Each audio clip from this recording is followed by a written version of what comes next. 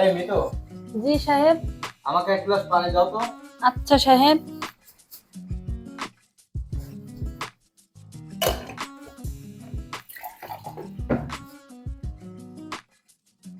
এই নিন সাহেব।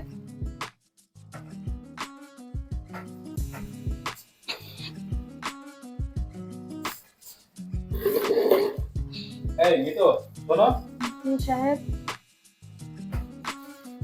এই নাও, এটা তোমার জন্য আনছি। আমার কিছু লাগবে না সাহেব। না না, তুমি আমার বাসায় কাজ করো প্রতিদিন ধরে, আমি তো তোমাকে একটা জিনিস দিতেই পারি। এই নাও, এটা তোমার জন্য। আচ্ছা সাহেব। এটা কালকে পরে আইসো। কেন সাহেব? এটা পরে না আসলে যদি তোমার ঠিকঠাক মতো না হয় তাহলে এটা আমার চেঞ্জ করতে হবে না, এটা তো আমার আবার এক্সচেঞ্জ করতে সেখানে যাইতে হবে যদি তোমার না হয়। আচ্ছা ঠিক আছে সাহেব, পরে আসবো। আচ্ছা ঠিক আছে, থাকো তাহলে। কাপড়টা তো অনেক সুন্দর। আমার জীবনে আমি কখনো এত দামি কাপড় পরিনি, সাহেব আমাকে এত দামি কাপড় দিল। কালকে আমি পরে আসবো।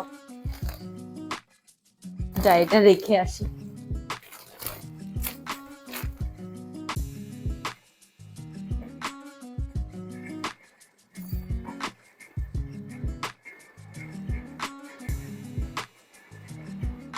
এই মিতু।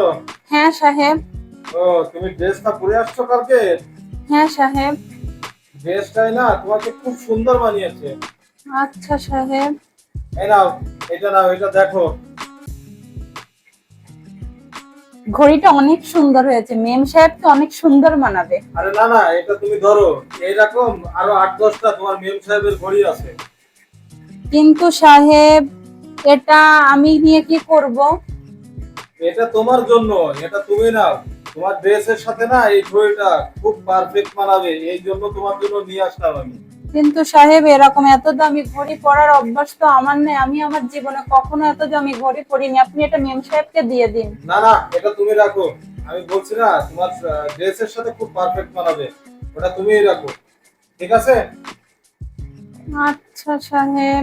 আচ্ছা, আমি গেলাম তাহলে। কাল একটা সাহেব এত দামি থ্রি পিস দিল, আজ একটা এত দামি ঘড়ি। আমার তো ব্যাপার স্যাপার ঠিক লাগতেছে না। আজকে মেম সাহেব অফিস থেকে আসলে মেম সাহেবকে বলবো যে সাহেব এগুলা করতেছে। যাই, আমি মেম সাহেবের জন্য অপেক্ষা করি।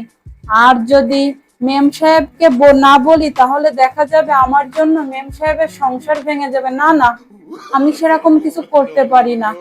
দরকার হলে আমি এ বাসায় কাজই করব না।